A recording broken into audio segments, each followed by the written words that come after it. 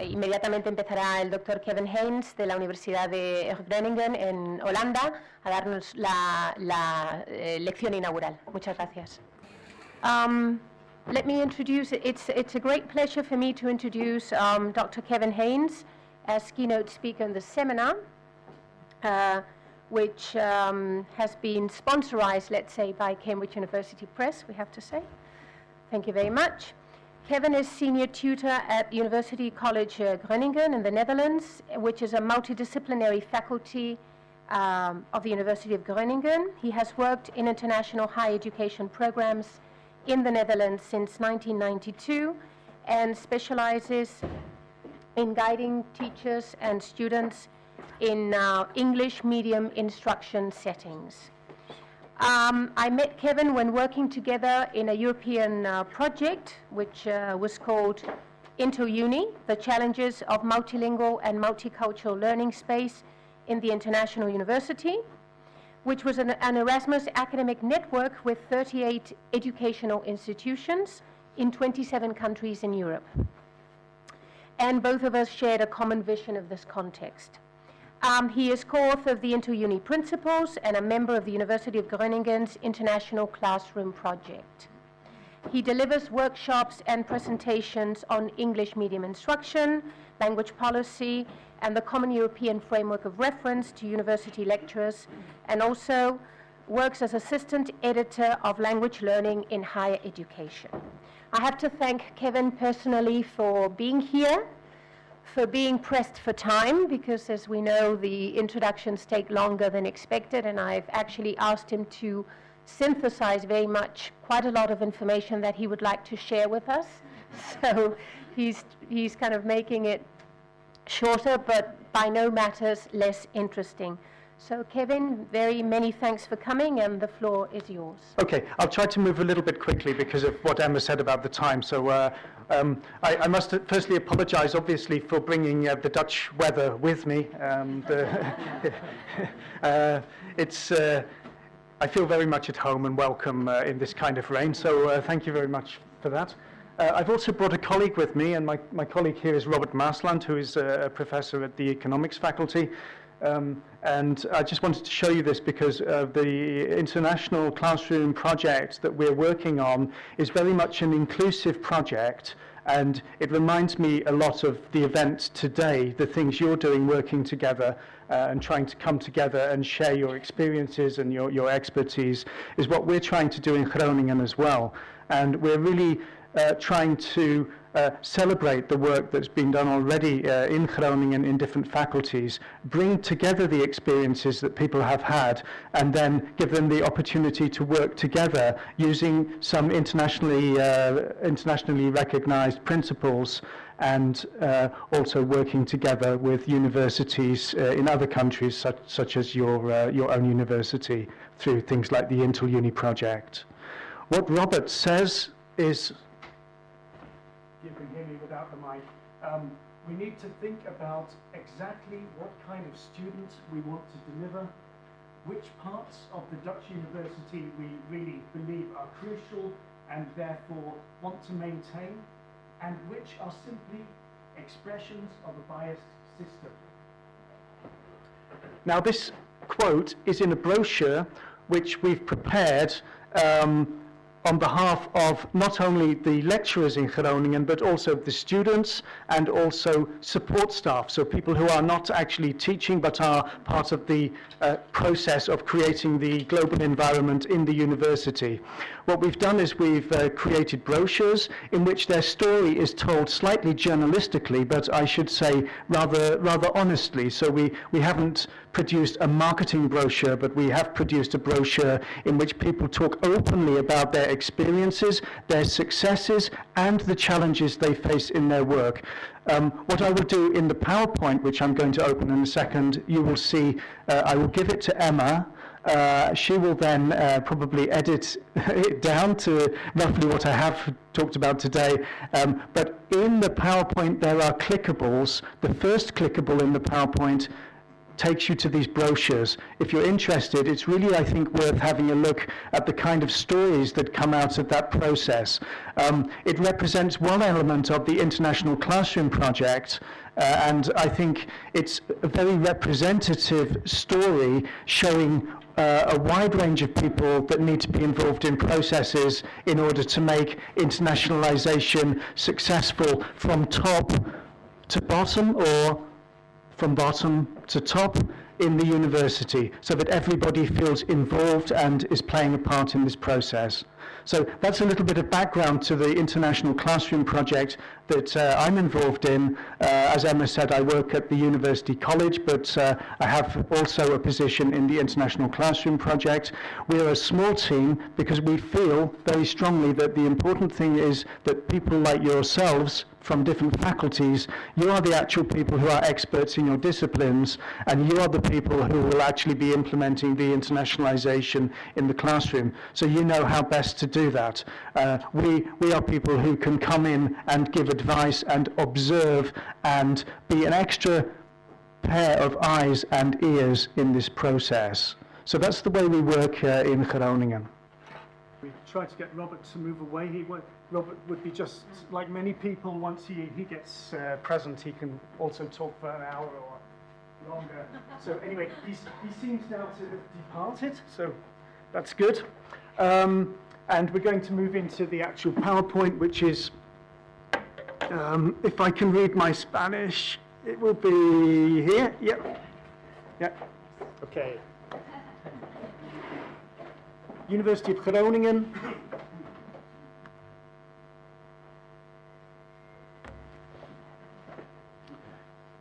I'll give you a little bit of information about the university and who we are, but I think this kind of information is kind of, it's the surface. It's also the numbers, the marketing, and so on. But obviously, what we're really thinking about is how do you actually go about making a university international? In the Dutch context, it's really, really important that we become international, because I mean, you can imagine this morning you were talking in Spanish, and for me, I could pick up bits of it. Spanish, of course, being a world language, but when you're in a country like the Netherlands, you don't have to go very far before you reach the limitations of the Dutch language. So if you try to do everything in Dutch, basically, you're not going to produce an international classroom, because you're limiting yourself so much to a very small group of people. So I think the main focus of the International Classroom Project, from our perspective, is all to do with the diversity that is produced. And I wanted to say right at the beginning, for me, it's not about English. English is the medium of instruction. Without switching into English, we wouldn't be able to have the diversity in our classrooms. But switching into English is not a guarantee that you will have an international classroom. So it is a medium of instruction. It is a means of getting people communicating together using an international language. You don't necessarily have to use English, but you know, using English opens your gates, your doors to a wider range of people, I guess. And what we also do in the project is we have a very careful think about what does this mean for Dutch. So our thoughts are very much to do with at least 2 languages, and preferably we're using more languages. Maar als ik nu in het Nederlands verder ging, dan zou niet zoveel mensen mij kunnen verstaan. If I spoke Dutch now, not so many people would be able to understand me, so I should also continue in English. You know, this is the reality. English happens to be my mother tongue originally, but I've been in the Netherlands now longer than I was ever in Britain, so I guess I'm more or less a European. And we'll see how long they let me stay there after Britain leaves. I'm actually partly Welsh, so I'm very much in the same position as Gareth Bale here. So I'm kind of I should be in good company.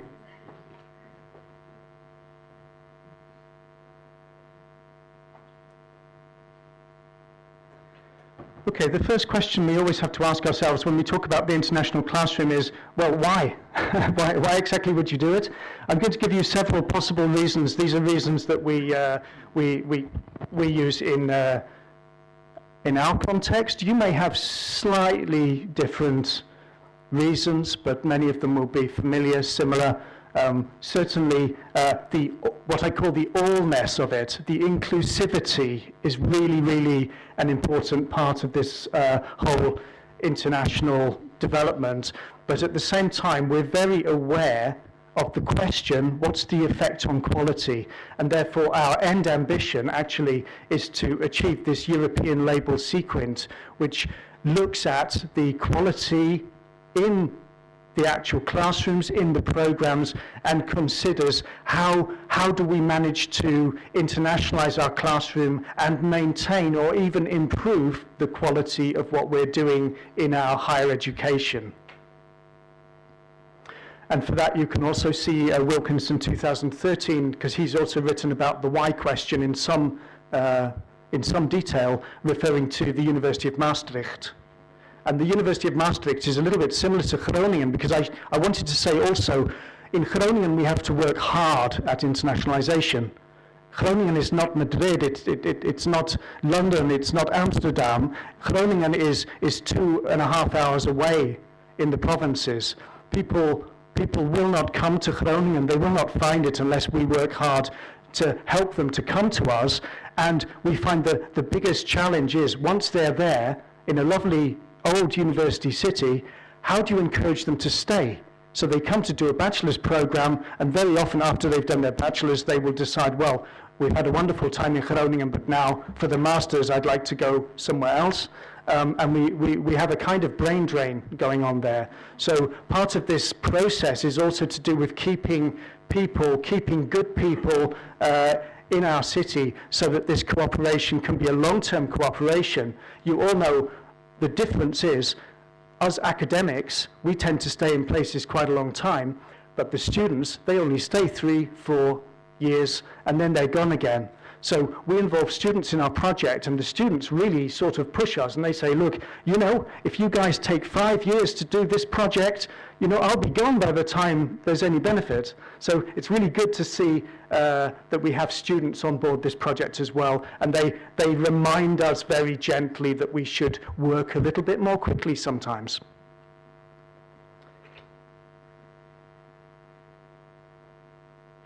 Okay, how do we do this? I've explained basically, but what we've been doing is working with students and staff, trying to develop the whole environment. So not just thinking about classrooms, but thinking about the whole environment in which we do our academic endeavor. And that means outside the classroom, you have the informal curriculum, the hidden curriculum. Things are going on that you don't necessarily see. And these are the implicit things that we often take for granted. And that's what often gives our home students, our Spanish students or our Dutch students, a tremendous hidden advantage over the international students who are coming into our institutions. So you would see at a certain moment, yes, the classroom is in English, but once you get out of the classroom, do you still feel included? Do you still feel welcome? Also a reason, naturally, for learning Dutch or learning Spanish, so that you do feel comfortable in your environment, but there should be a recognition the other way. If you come to Holland with no Dutch, it's going to take you a long time to learn Dutch, to get to a level where you can access a student association that works in Dutch. So the student associations need to change as well, and think about working in English, inviting lecturers and guest speakers from companies who will also talk in English, and we see that happening in our university. We're in the middle of a process which we will be ready with hopefully in 2018 to get the certification, and hopefully by 2020 we really feel like, oh, now this is a big change. To you, it shouldn't be that people come to you and say, okay, here we are, we understand the principles and now we're going to support you, and you say, thank you very much. No, I don't think it works like that. I think it's very much a cooperative process that you have to be involved in, and a mutually supportive process. And Wenger has called this mutual engagement, the idea of working together in a positive way to form a community of practice. And I think that's very much what we're involved in these kind of processes. Working out who has what expertise, who has what experience, and how can we learn from each other? And people like myself, we facilitate this process. We do not come in and tell you how to do it, but very often you find that one person in one faculty has tremendous experience and people in other faculties don't even know it. Now, that's why we have days like this, I'm sure. Internationalization as a catalyst for change. I like this quote from Helston, who nearly 10 years ago, 8 years ago now, said basically that these processes lead teachers to reconsider their basic practices. So how do we actually go about the pedagogy? When you are put in a different situation with students with different values, different backgrounds, suddenly you start asking yourself, hey, so I've been doing my teaching this way for the last 20 years, but now I have to rethink it. And what we've seen, for instance, in our own environment is sometimes this rethinking process then feeds back into the teaching that goes on in the Dutch curriculum. So we've had teachers teaching in English who have then changed their style of teaching, and then they've taken that change in style into the Dutch program as well. So there's been a kind of catalyst approach. Another catalyst is this one, where you start learning about cultures and about the different cultures in your classroom and the different ways of learning that people bring with them. So this was an example of Chinese students, which became a kind of cliche. Oh, the Chinese students don't speak. Well, I'm sure they speak. They seem to be speaking to each other, and they seem to be speaking to other students. So why are they not speaking to the teacher? So this was an example in the University of Bristol, where Willa Keller did research and decided, well, maybe there's some value in this silence. Because now you get a little moment to think, right, instead of just listening to me. Now I learn to be silent sometimes. Anyway, the point is that internationalization can make you reconsider your practices and the way you're working, the way you're teaching, and the way you're organizing the education. And you don't do it alone, but you do it together with your colleagues in a joint process. So, I like this quote where Lesk has said, this whole intercultural thing, remember, it's a state of becoming. It's not something you achieve overnight. It's not something where you can say, okay, I was in America for a year and I did a whole year there, and now I think I'm interculturally competent. Well, yes, you probably have learned certain intercultural competencies during your time there. You've been confronted with value systems which were different to your own value systems and so on. But those were American values. And, you know, it's a lifelong process of learning to deal with different cultures. And the more students you get in your classrooms from different places, the more you become aware of the different expectations that they bring with them. So a lot of what we're talking about here is what I could call expectation management, making sure that the teachers and the students are talking about the way they do things and making sure everyone understands the reason behind it.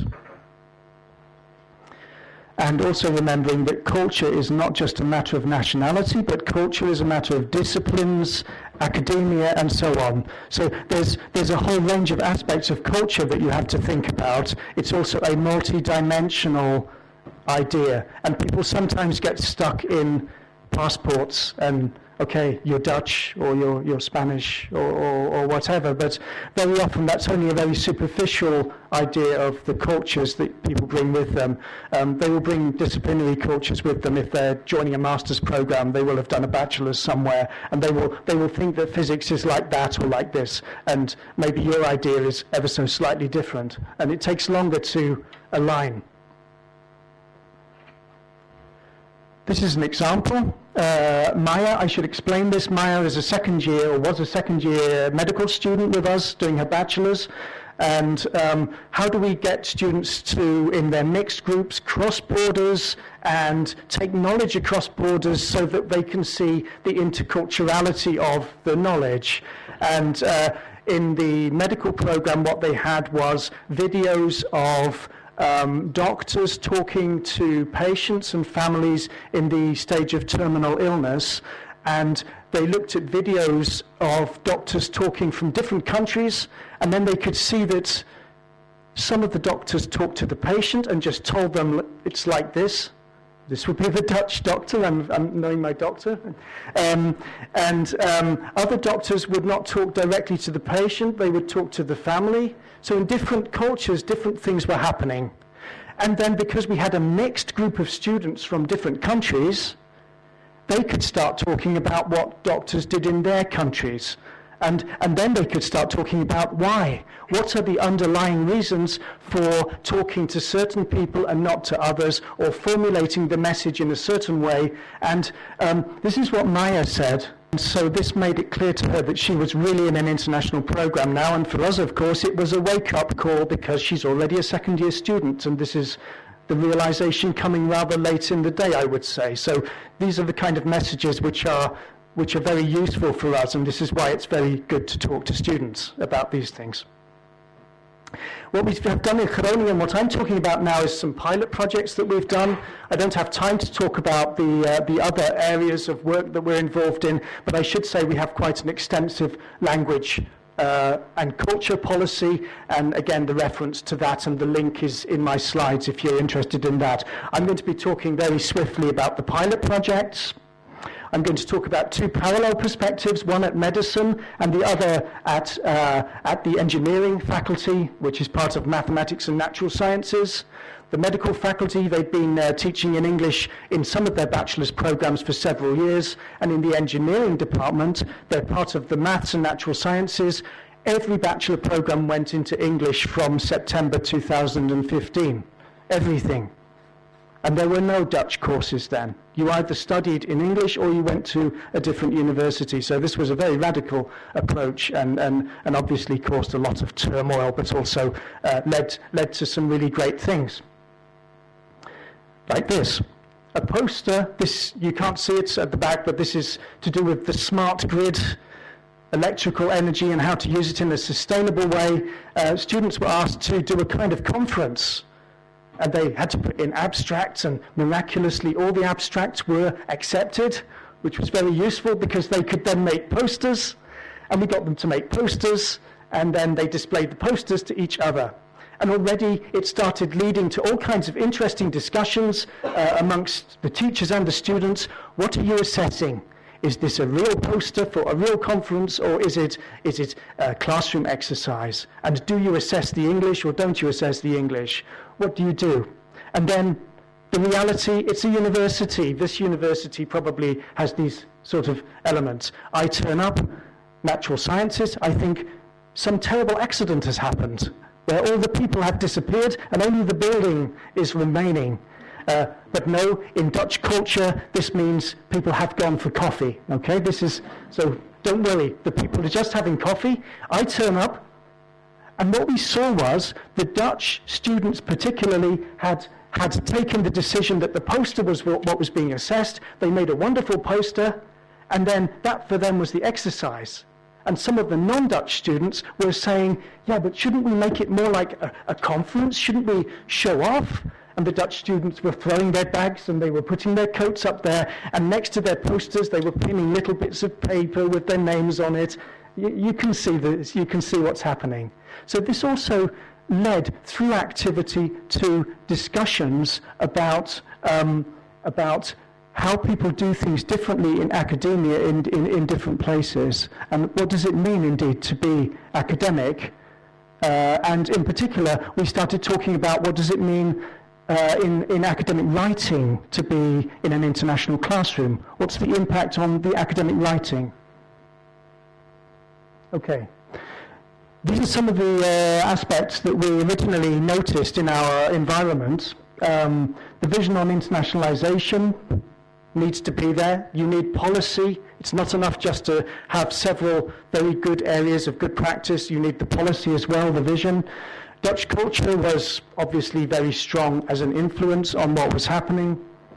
Diversity could have been used more effectively as a resource. It was there, but what were we doing with it? So what I just showed you was accidental, but we were able we were able to use it as an example in the project.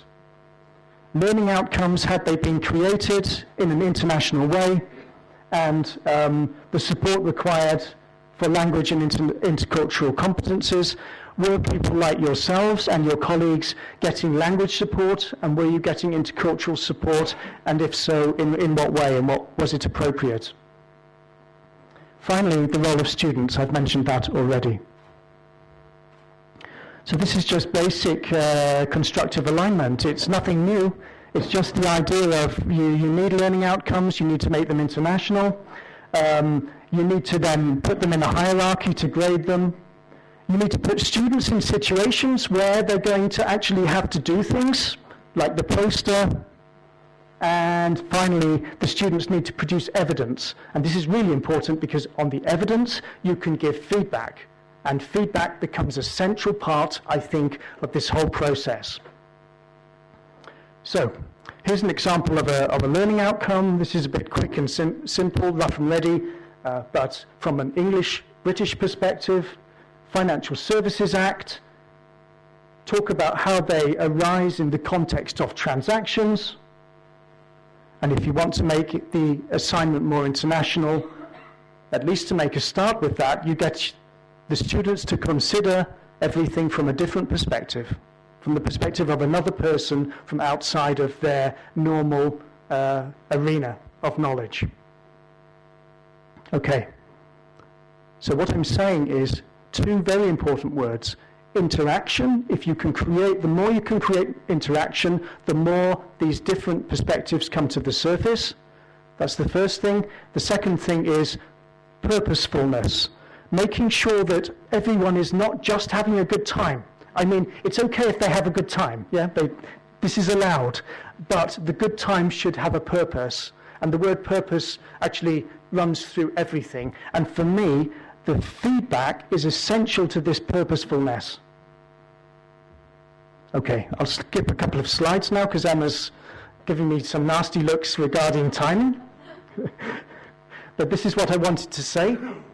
In terms of feedback, we're talking about understanding students' prior knowledge. So this is very disciplinary.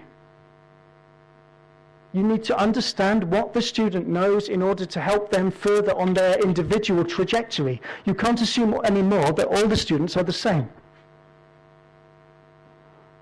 And this goes in writing as well. Writers, when you're writing academically, you are drawing on prior knowledge. And it is the prior writing skills which the student has to take from Bulgaria, in Bulgarian, bring to Madrid, and then do in English. And then you need to be clear about what are your expectations. And what are the expectations of the students? And then my whole point behind this presentation is to say that's where you can get support from different people in your university. People with the support for languages, but then it's not about English, it's about academic skills in English. It's about academic discourse. And the questions of whether you do that in English, whether that means you then take on English academic culture as well. Or is it just the language as a medium of instruction? So all these kind of questions that I think you're going to be discussing as you go through the day. I wanted to draw attention then to this model, which is Darfur and Smith, 2014. And the reason I wanted to mention this is exactly what I've just said. We are combining expertises from different parts of the university, and it's really important that when we combine these parts, different parts of expertise, we recognize that there are overlaps between the roles of English and the academic disciplines. And then it's up to us to try and find the synergy and make sure that the overlaps are not conflicting, but that you're actually working together to produce a common product, which is at the end of the day to the benefit of the students, because the students are the ones, in the end of the day, who have to do the learning. They are also the calling card of your university when they go out of the university, and they also need to move into the international world of employment and they'll need to have a variety of competencies and skills. So they will have the academic skills, the disciplinary skills, but they will also have language skills, intercultural skills, and other skills that you may define as necessary. And it's up for you to make those definitions and not for people like me to come in and decide for you. And I just want to finish with a quote which I think sums it up for me. It's easy to go to strange places and try to understand the strange, but one of the most difficult things, I think, is to look at what's right in front of you, because it's so familiar. So what I think we're doing at the end of the day, to use a metaphor now, in our international classroom projects, is we are indeed aiming to make the familiar strange in order to understand it better, and not to take for granted things that we may feel are obvious. We do not know what we do not know, and a project like this is a really great mechanism for finding out what we don't know and how to make this familiar strange in order to then make it recognizable and useful for us again. Okay, I shall finish there, Emma. I'll put you out of your misery. Thank you very much, and I'll be here the rest of the day, so if we want to have more conversations, we can. Yeah.